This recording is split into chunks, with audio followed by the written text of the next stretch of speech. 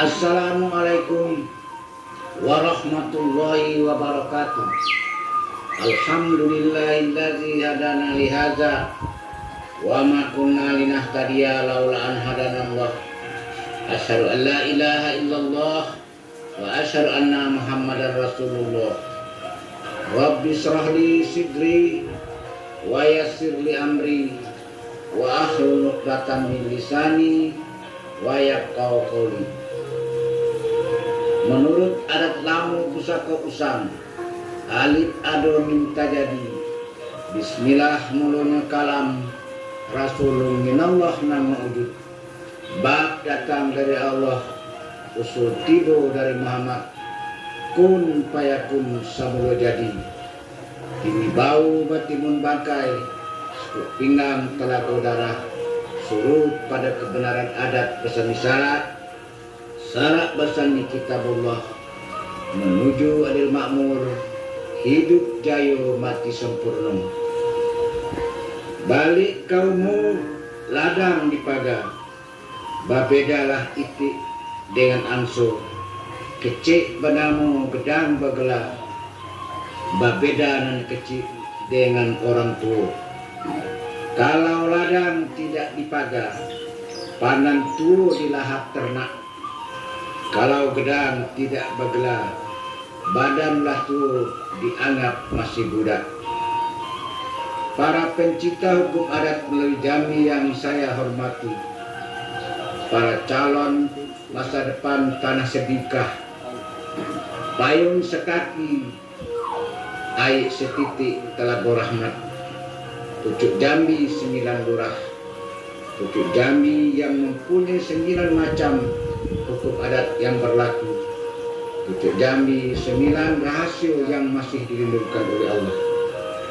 Izinkan saya pada kesempatan ini, saya Muhtar Agus Solid Esa, Adipati Cendekjo Anggo Gantorajo, untuk menguraikan atau sekedar berbincang-bincang tentang fungsi manusia sebagai pemimpin di muka bumi ini. Kita mengetahui manusia diciptakan oleh Allah adalah untuk memimpin bumi. Manusia atau orang itu adalah sebagai pendukung hak dan kewajiban. Dia mempunyai kedudukan, mempunyai harkat, mempunyai martabat, mempunyai kewenangan dan bertanggung jawab dan tanggung jawab. Itulah sari atau kunci dari hukum adat melayani. Manusia semuanya mempunyai hak. Hak manusia itu telah ada sejak di kanun ibu, selama kepentingannya menghendaki. Hak yang dimiliki manusia itu tidak bisa hilang terkecuali hukum menentukan lain. Manusia adalah makhluk yang paling sempurna yang diciptakan oleh Allah dari semua makhluk ini. Hal itu disebutkan oleh Allah dalam surat At-Tin atau surat 95 ayat keempat. Laqad khalaqnal insana fi ahsani taqwim. Dan sungguh kami telah ciptakan manusia dalam bentuk yang sebaik-baiknya. Kemudian di dalam surat Al-Imran juga surat 3 ayat 6 juga disebutkan yang artinya, dialah yang membentuk kamu di dalam rahim ibumu yang sesuai dengan yang ia kehendaki. Jadi tidak ada makhluk di muka bumi ini yang sebaik dan sesempurna manusia. Dari sisi manapun kita menilainya, tetap manusia itu lebih unggul. Tapi kapan manusia itu diciptakan? Tidak ada orang yang tahu dengan pasti jam berapa, hari apa, tanggal berapa, bulan apa, tahun apa. Tetapi dari perkiraan para ahli geologi yang mereka mengadakan riset dengan metode radiosotop, diketahui bahwa bumi ini baru berumur 5 miliar tahun. Dan manusia ada di muka bumi ini baru kurang lebih 100.000 tahun yang lalu. Karena di saat itulah semua yang dibutuhkan manusia untuk hidup di muka bumi telah sempurna diciptakan oleh Allah. Dan Allah yang Maha Kuasa yang menyiapkan pemimpin bumi ini, yaitu manusia. Maka manusia itu dilengkapi dengan hawa nafsu sebagai alat agar dia selamat dari bumi ini atau dari dunia ini sampai ke akhirat kelak. Adapun nafsu yang diberi Allah kepada manusia itu ada 5 macam. Pertama disebut dengan nafsu hewani. Yang kedua disebut dengan nafsu ammarah. Yang ketiga disebut dengan nafsu musawwilah. Yang keempat disebut dengan nafsu lawamah. Yang kelima disebut dengan nafsu mutmainnah. Nah, mari kita uraikan satu persatu. Pertama, nafsu hewani. Allah memberikan nafsu hewani kepada setiap orang. Itulah yang dikatakan adat sebenar adat. Allah berfirman dalam surat Al-Imran atau surat ketiga ayat ke-14 yang bunyinya Bismillahirrahmanirrahim.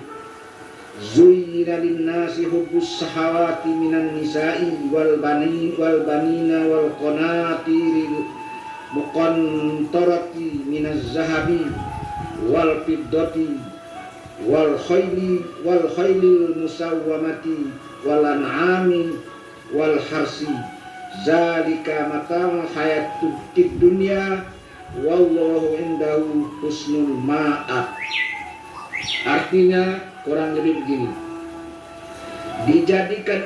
dijadikan terasa indah dalam pandangan manusia cinta terhadap apa yang diinginkan berupa wanita-wanita, anak-anak, harta benda yang bertumpuk-tumpuk berupa emas dan perak, kuda pilihan, hewan ternak, dan sawah ladang. Nah, itu. Nah, jadi hal nafsu hewani ini unsur-unsurnya adalah ada 3 unsur dari nafsu hewani ini. Yang pertama ingin makan, yang kedua ingin syahwat, yang ketiga ingin harta. Nah, yang pertama dulu ingin makan minum untuk mengisi organ tubuh agar bisa bertahan hidup. Jadi makan dan minum itu untuk bertahan hidup, bukan hidup untuk makan dan minum. Nah, untuk bertahan hidup sehingga timbullah usaha manusia berbagai macam untuk mencari makanan, untuk mencari minum agar hidupnya bertahan. Nah, itu maksudnya. Nah, yang kedua ingin syahwat. Allah memberikan kepada manusia ingin syahwat atau libido seksualis, ialah agar manusia mempunyai keturunan. Jadi syahwat itu tujuannya adalah agar berketurunan. Hidup manusia itu bertingkat turun, bukan seperti pohon purai bertingkat naik. Tingkat turunnya adalah dari moyang turun kepada nenek, dari nenek turun kepada bapak, dari bapak turun kepada aku, dari aku turun kepada anak, dari anak turun kepada cucu. Nah, begitulah seterusnya, turun temurun, baik lahir dari perkawinan yang sah yang diatur oleh hukum perkawinan. Nah, karena memang Allah menghendaki anak tidak akan lahir dari perkawinan yang tidak sah, itu maksudnya. Nah, maka di dalam surat Nisa atau surat keempat ayat yang ketiga, Allah memerintahkan sana, menyatakan karena ada keinginan manusia tadi kawin atau memberikan keturunan, maka kawinlah. Kalau tidak berketurunan kawin, kata Tuhan, jangan tidak kawin. Nah itu bunyinya adalah pankihu ma tobalakum minan nisa masna wasalasa waruba. Nah, kawinilah wanita-wanita lain yang kamu senangi. Ingat, ayat ini mengatakan kawinilah wanita lain yang kamu senangi. Bukan kawin dengan ibu, bukan kawin dengan saudara, bukan kawin dengan nenek, bukan kawin dengan saudara ibu, bukan kawin dengan anak. Itu maksudnya. Jadi kawinilah wanita-wanita lain yang kamu senangi. Boleh 2, boleh 3, boleh 4. Nah, maka keturunan anak manusia nanti tumbuh dan terjadilah bagaimana bibit, begitulah buahnya. Anak manusia yang baik akan lahir dari perkawinan yang baik. Nah itu. Jadi kalau bibit yang baik ditanam pada tanah yang baik, maka hasilnya akan baik. Manusia juga seperti itu. Bibit yang baik, melakukan perkawinan dengan baik, maka lahirlah anak yang baik. Maka hidup manusia tadi bisa menjadi pemimpin di masa depan. Nah ini yang disebut dengan ingin syahwat. Yang ketiga, ingin harta benda. Masih dalam nafsu hewani tadi. Ingin harta, setiap manusia ingin mengumpulkan harta sebanyak-banyaknya agar supaya tidak terjadi penipuan, tidak terjadi pencurian dan penggelapan.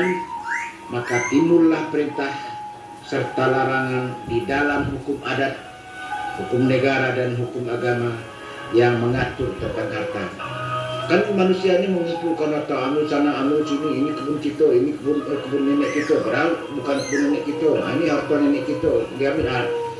Karena ada pengakuan-pengakuan seperti itu, karena rakusnya manusia ini mengumpulkan harta sebanyak-banyaknya, maka timbullah hukum yang mengaturnya, hukum tentang tanah, hukum tentang air, hukum tentang perjual beli dan sebagainya.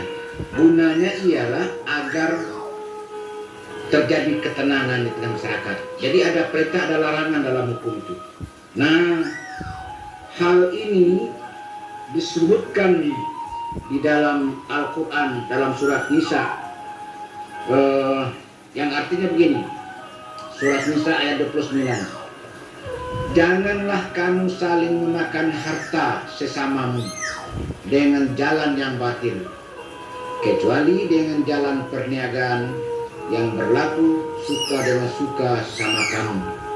Nah, jadi supaya tidak terjadi kekacauan, jangan pula kamu mengambil harta orang dengan jalan batil. Nah, lalu dibuat saksi palsu, surat palsu, lalu bawa ke pengadilan. Nah, itu namanya batil. Nah, maka timbullah di dalam masyarakat itu hukum tentang perikatan, hukum tentang perjanjian, hukum jual beli. Nah, dalam adat kan disebut, setelah ambil ya balikkan, setelah pakai luluskan, setelah jual serahkan. Nah, kalau kamu menjual, serahkan barang yang kamu jual. Kalau mau membeli, bayar harga barang orang yang dibeli, ya gitu. Jadi kalau kamu meminjam, balikkan barang dipinjam itu.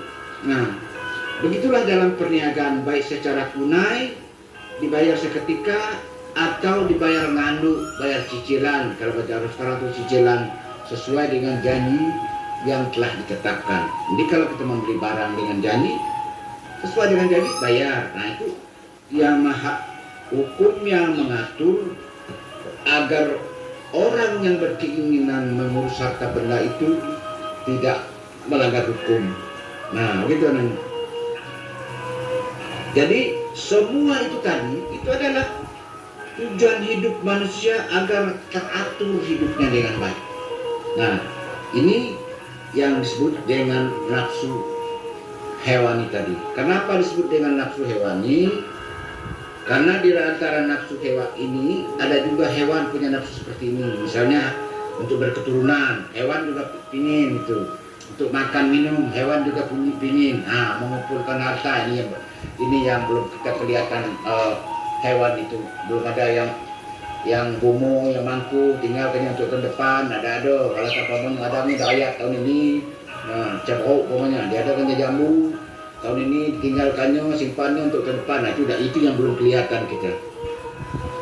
Nah jadi itu nafsu yang pertama. Yang kedua, manusia dilengkapi dengan nafsu amarah. Nah, nafsu amarah itu yang dimaksud dengan amarah atau amaratun adalah menarik, menghela, mendorong, atau menyuruh, mengajak, semua itu kepada arah ke satu kejahatan. Nah, contohnya begini, kami contohnya makan minum sajalah. Makan minum itu adalah pengganti alat makanan atau minuman yang sudah suap. Misalnya kita haus karena air dalam tubuh kita sudah kering, atau kita lapar karena makanan yang adalah perut kita itu sudah habis. Nah, maka kita perlu makan. Tapi makan menurut ukuran kemanusiaan ya secukupnya, sampai kenyang ya sudah. Minum juga seperti itu. Kalau kita haus sudah habis 1 gelas, ya cukup 1 gelas. Nah, bila minta lebih, minta penuh, minum terlalu banyak, makan minta penuh, makan terlalu kenyang, minum minta banyak sampai gembung perut. Nah ini kerja nafsu amarah. Nah, jadi kalau nak lebih semua minta nak banyak, makan minta nak banyak, kain warna lu sekali. Nah itu nafsu amarah itu. Kayak ada kita punya anak 4 orang, kita beli bagi yang sama, ya satu minta lebih, minta coraknya lebih dari kawan. Ini nafsu amarah. Nah itu nafsu amarah ini timbul itu sejak kecil. Nah, lihatlah anak-anak yang masih kecil suka membuang alas meja, setelah merobek-robek buku, mengorek kuping hidung mak bapaknya, menangis tanpa ada sebab, suka menggigit kawan, mengambil mainan kawan, memukul kawan, macam-macam. Tambah besar si anak, tambah pula lah perangainya. Kadang-kadang dia memukul adik, mengambil punya adiknya, berkelahi. Ini semua adalah pekerjaan dari nafsu amarah yang selalu saja mengarah pada keburukan. Jadi kalau perbuatan anak kecil itu arahnya kepada yang negatif, yang buruk, nah itu karena nafsu amarahnya terlalu besar itu.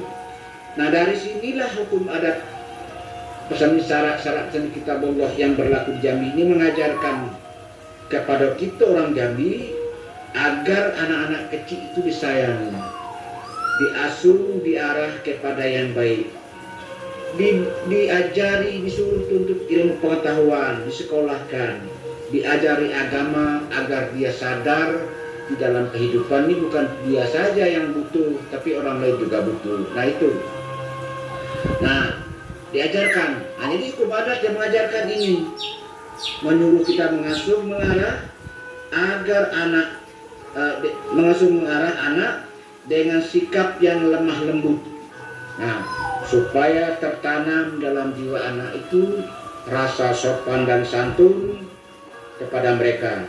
Nah, jadi mendidik anak ini mulai dari kecil sampai dia dewasa, sampai dia gedang. Nah, itulah tugas orang tua. Hal yang seperti ini diatur, dianjurkan oleh adat dan agama, dianjurkan oleh hukum adat dan syarat yang berlaku di bumi seperti Jambi ini. Nah gitu kan. Nah ini nafsu yang kedua.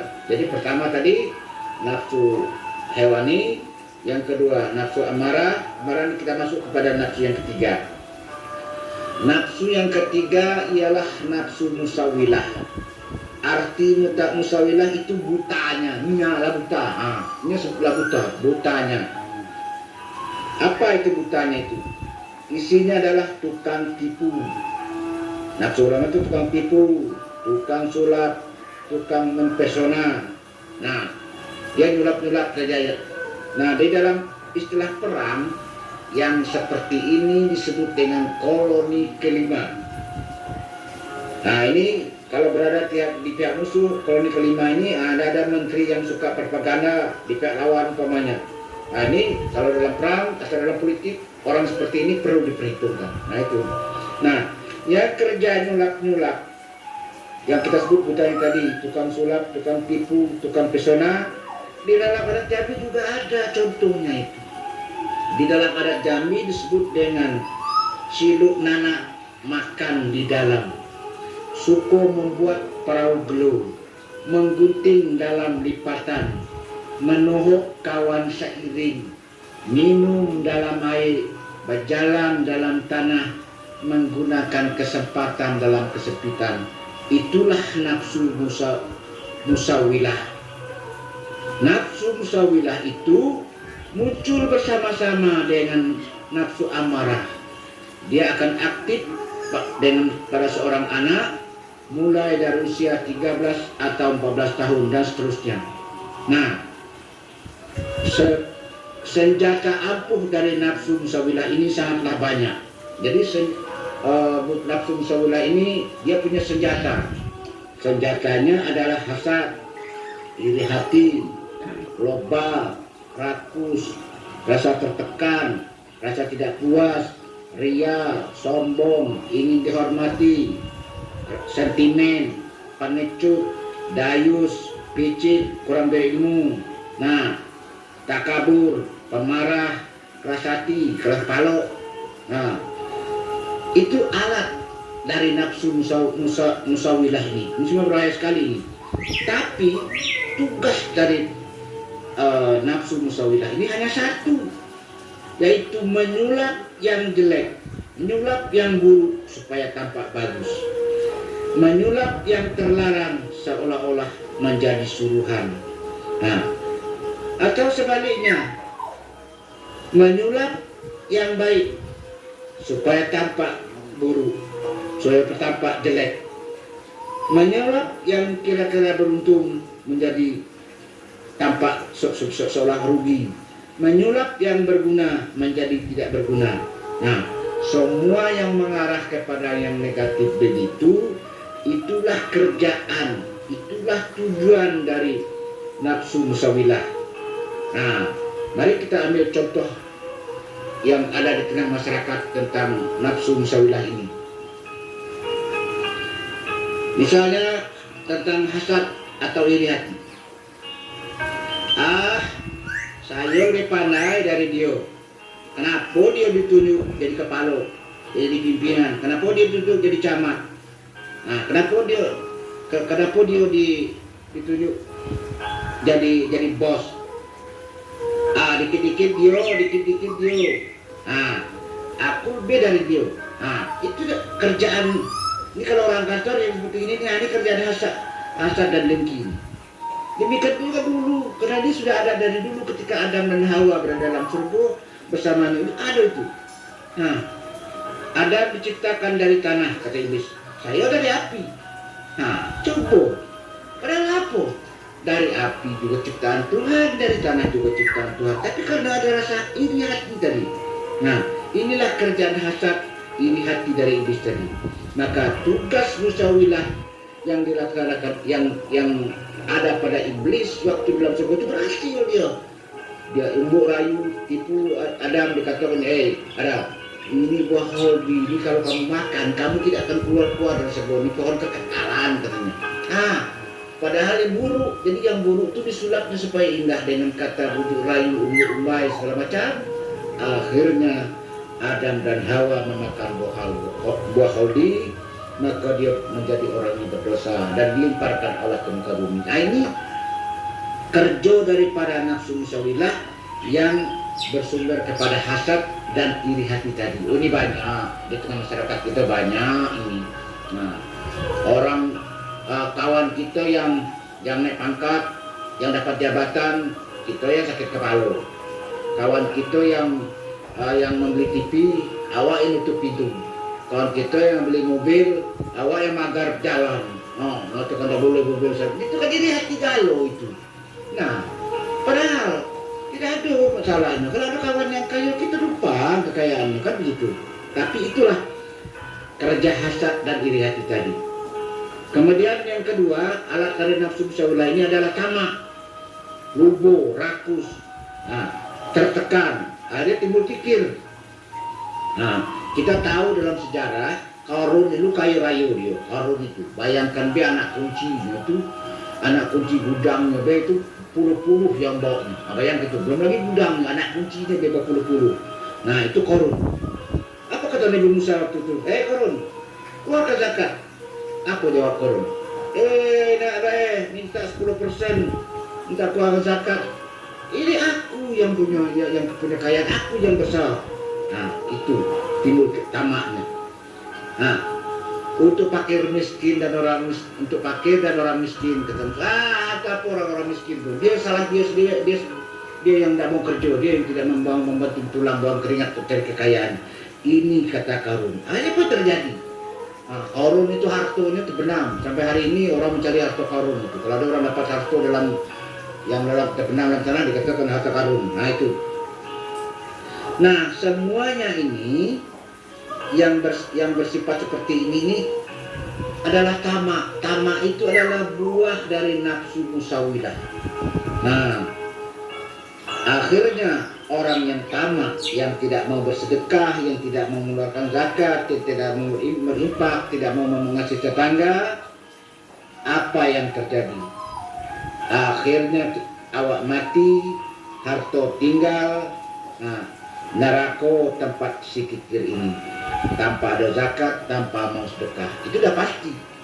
Nah, itu janji Allah. Banyak ayat-ayat Al-Quran menunjukkan apa saja yang kami rezekikan kepadamu, kata Tuhan, keluarkan sekian persen untuk anak yatim, untuk fakir miskin, untuk tetangga yang larat. Nah, itu. Tapi kalau tamak tidak ada mau. Nah, kemudian yang ketiga alat daripada nafsu musyawilah ini adalah tidak puas. Nah, tidak puas ini banyak. Istri tidak puas dengan tingkah laku suami. Nah, ini banyak yang terjadi ini. Suami minta dilayani, minta dimanjakan dengan sesuatu, tapi tidak puas dia. Aja apa yang terjadi sesuatu istri ini.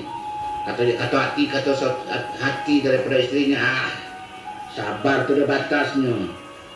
Habis gini terus menerus dah selalu aku dah. Nah, dia cari jalan. Dia mencari jalan bagaimana istri suaminya itu tunduk dengan dia seperti kebau cuci hidung gitu, ditarik baru saja bisa. Apa yang terjadi karena suami istri tidak puas ini, lalu dicari jalan dukun. Nah, jadi itu bujukan daripada nafsu musyawilah tadi. Cari dukun deh katanya. Pergi ke dukun kamu, tunduklah istri kamu, suami kamu. Pergilah si istri ini ke dukun. Akhirnya karena termakan bujuk rayu dari dukun, lalu dimakanlah ramuan yang diberikan dukun. Apa yang terjadi? Gigi suaminya habis, suaminya ompong, padahal suaminya masih muda. Ini akibat si istri yang tidak puas dengan perangai suaminya. Itulah kerja nafsu musyawilah tadi. Nah, ompong suaminya, padahal tidak begitu semestinya. Nah, ini nafsu musyawilah tadi. Kemudian yang keempat, alat daripada nafsu musyawilah ini adalah ria, ingin dipuji. Sagalo ingin dipuji. Nah, awak pengen dipuji. Nah, itu. Ada orang tanya, kamu bangun masjid, ya mau wakafnya 20 juta ke masjid kita nih. Nah, tapi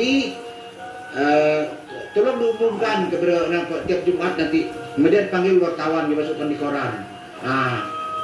Dia membayarkan nanti. Panggil wartawan TV Jambi, wartawan TVRI, TV Jambi, semacam beliau orang tahu bahasa Sambo itu bakal 20 juta.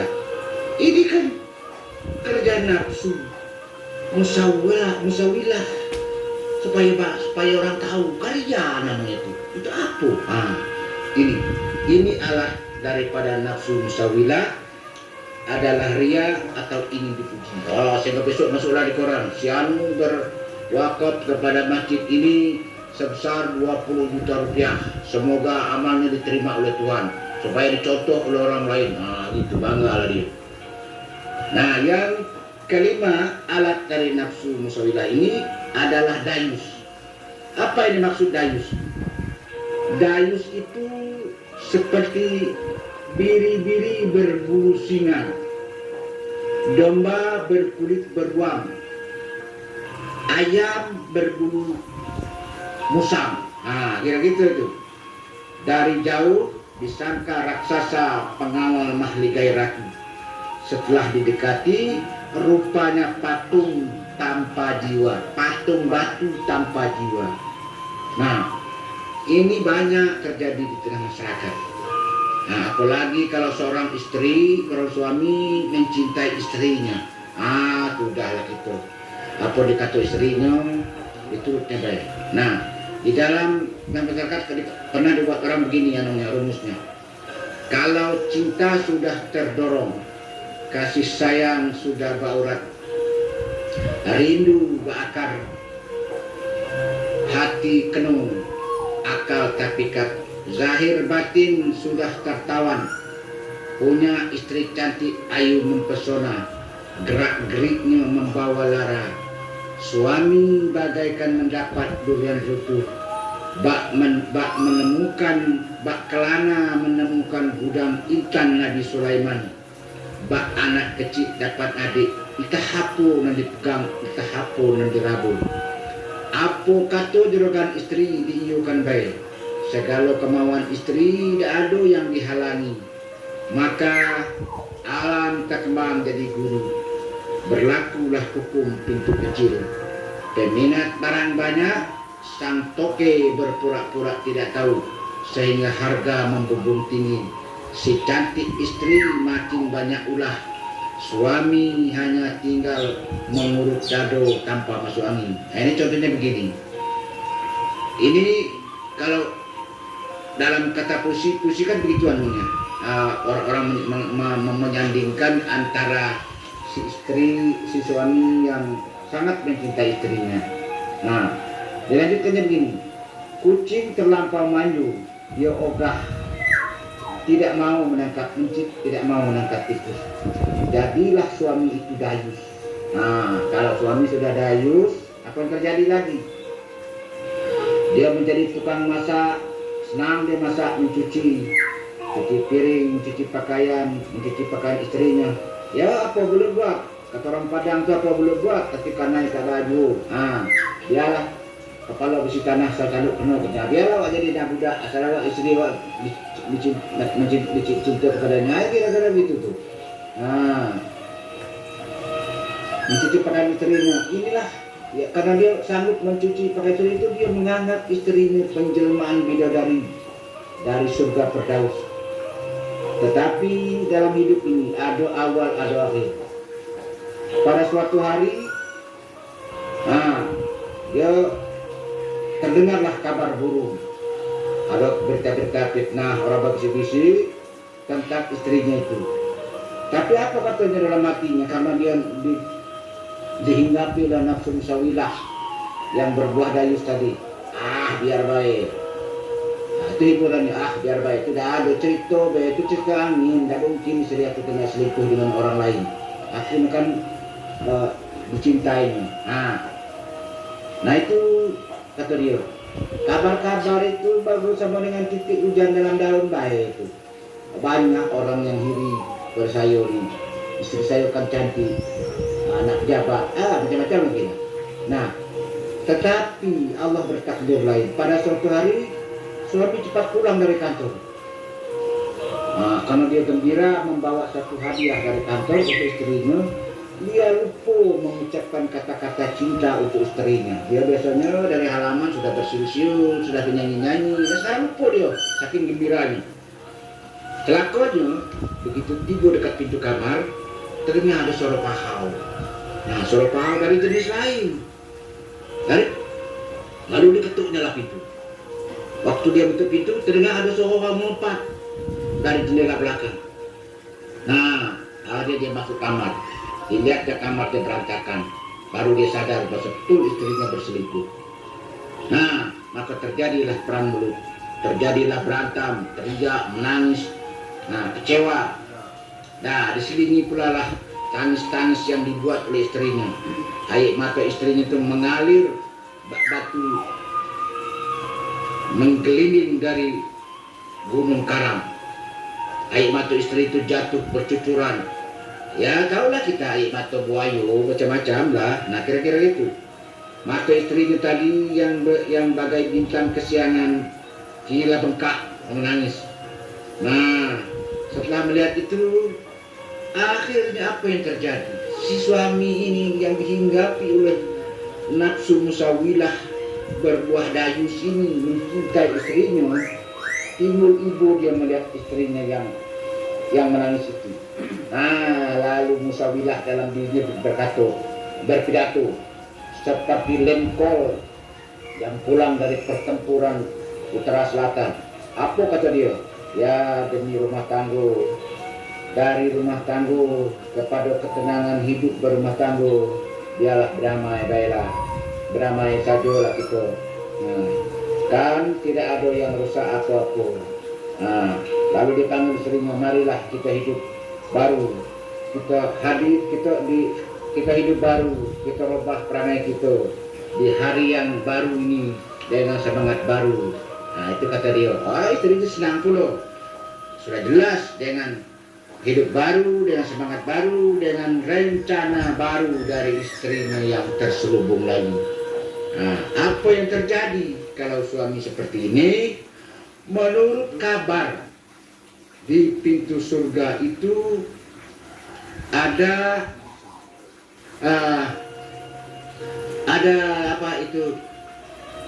ada tulisan di situ.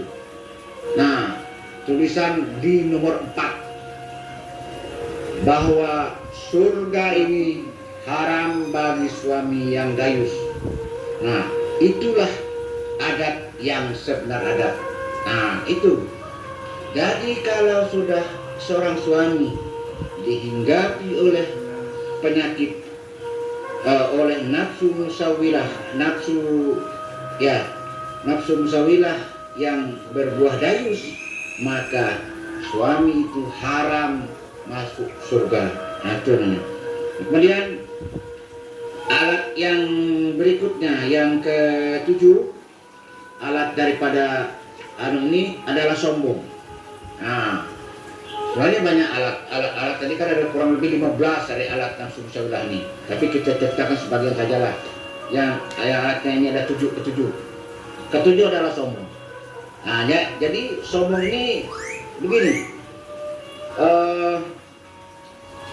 Bisa kita lihat ada dulu zaman dahulu ceritanya ini ada dialog antara kupu-kupu dengan ulat.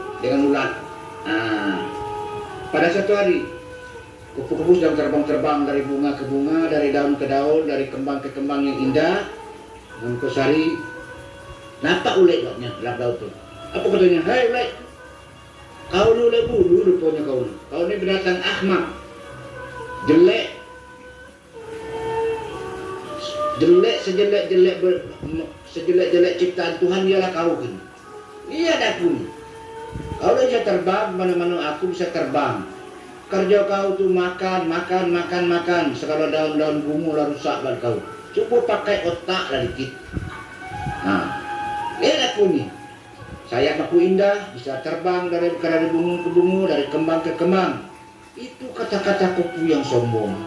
Jadi kalau bangsa kita ni, kau tu apa? Hidup mesti kan mana paling cantik, mana paling sukses dalam hidupnya. Kira-kira begitulah sombongnya ini. Itu kan kata-kata orang sombong.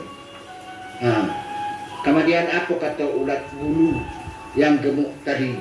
Kupu-kupu yang sombong. Kau tidak tahu diuntung kau ni. Kau ketahuilah kau. Aku yang jelek menjijikkan ini. Ingat kau. Kalau aku yang jelek ini tidak ada di muka bumi ini, maka kau tidak pernah ada di bumi ini. Kau tidak ada kupu-kupu yang terbang antara kembang dan kembang. Tidak ada kupu-kupu yang bersayap indah, kata dia. Kau lupa asal kau. Bukankah kau itu kepompong?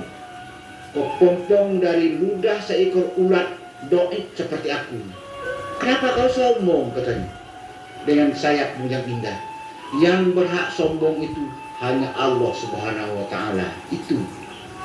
Nah, kan benar yang dikatakan oleh itu. Jadi tidak perlulah kita menyombongkan ada kelebihan kita, ada kelebihan harta, kelebihan ilmu. Nah, tidak. Nah, ini kalau sudah dihinggapi inilah kerja daripada nafsu musawilah yang berbuah sombong tadi, sehingga orang sering kita caci maki, sering kita hina, segala yang lebih gitu. Ini berbahaya sekali, baik laki-laki maupun perempuan.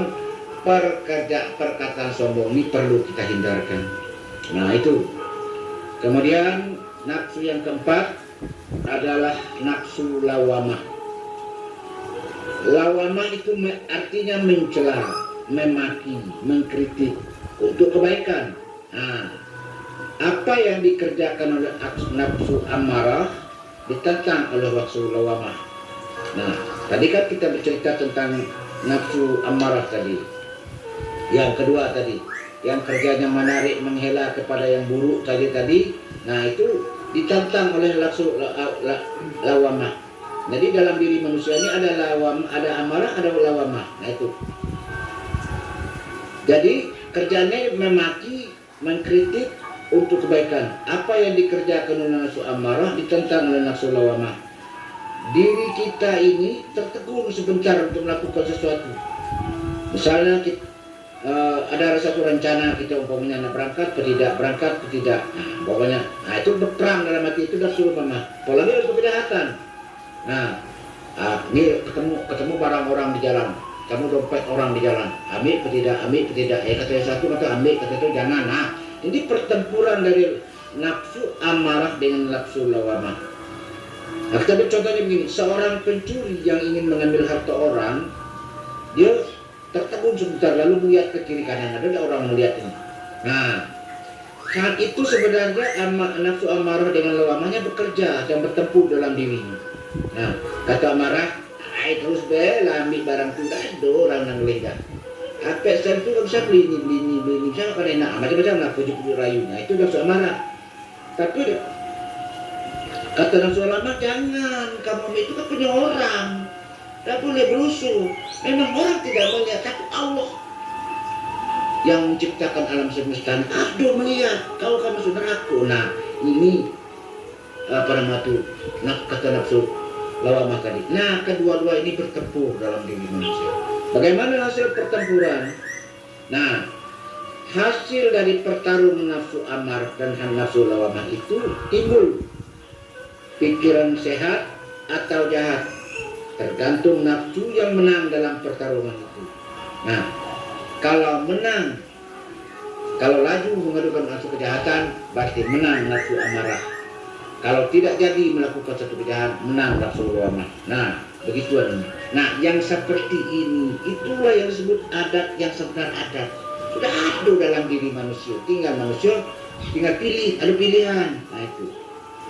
Yang kelima, nafsu mutmainnah. Yang dimaksud dengan nafsu mutmainnah itu tenang, seimbang. Nah, ada baik itu keseimbangan alam, keseimbangan apa itu seimbang.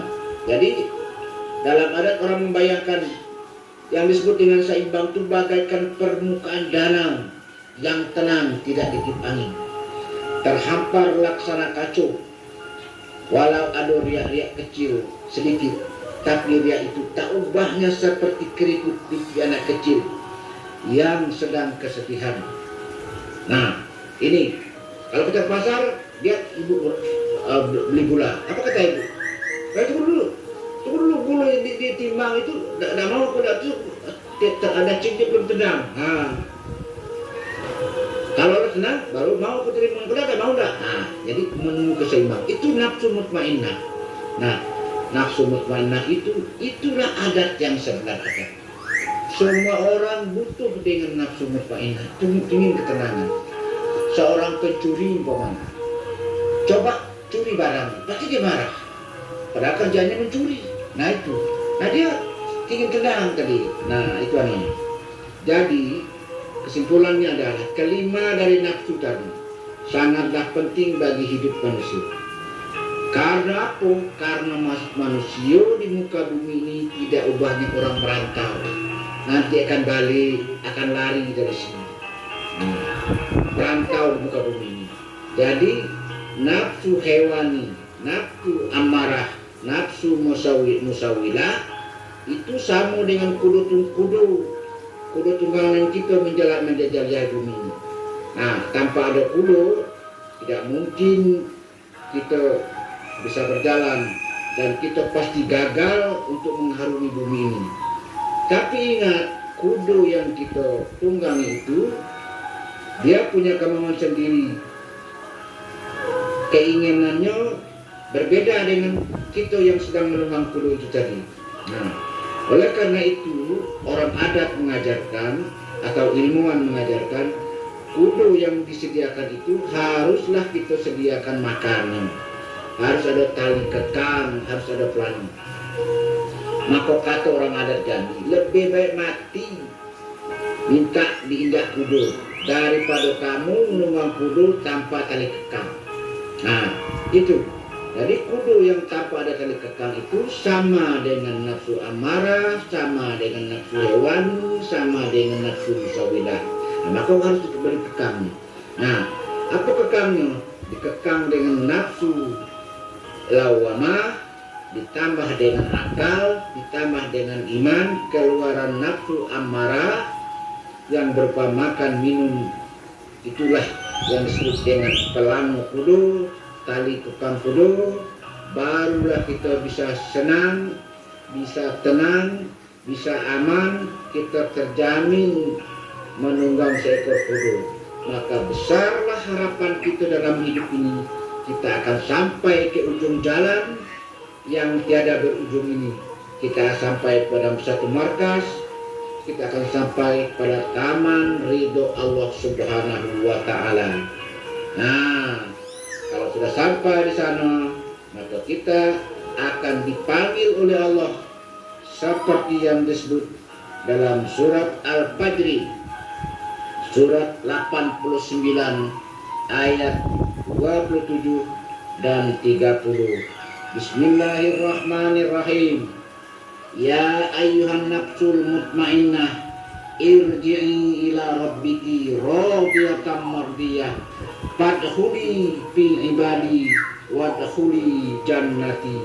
Nah, hei jiwa-jiwa yang tenang, kembalilah kepada Tuhanmu dengan hati yang ridho dan diridhoi, maka masuklah dalam golongan hamba-hambaku dan masuklah ke dalam surgaku. Itulah yang disebut dengan adil makmur. Itulah yang disebut hidup jaya mati sempurna. Itulah tujuan dari hukum adat Jambi.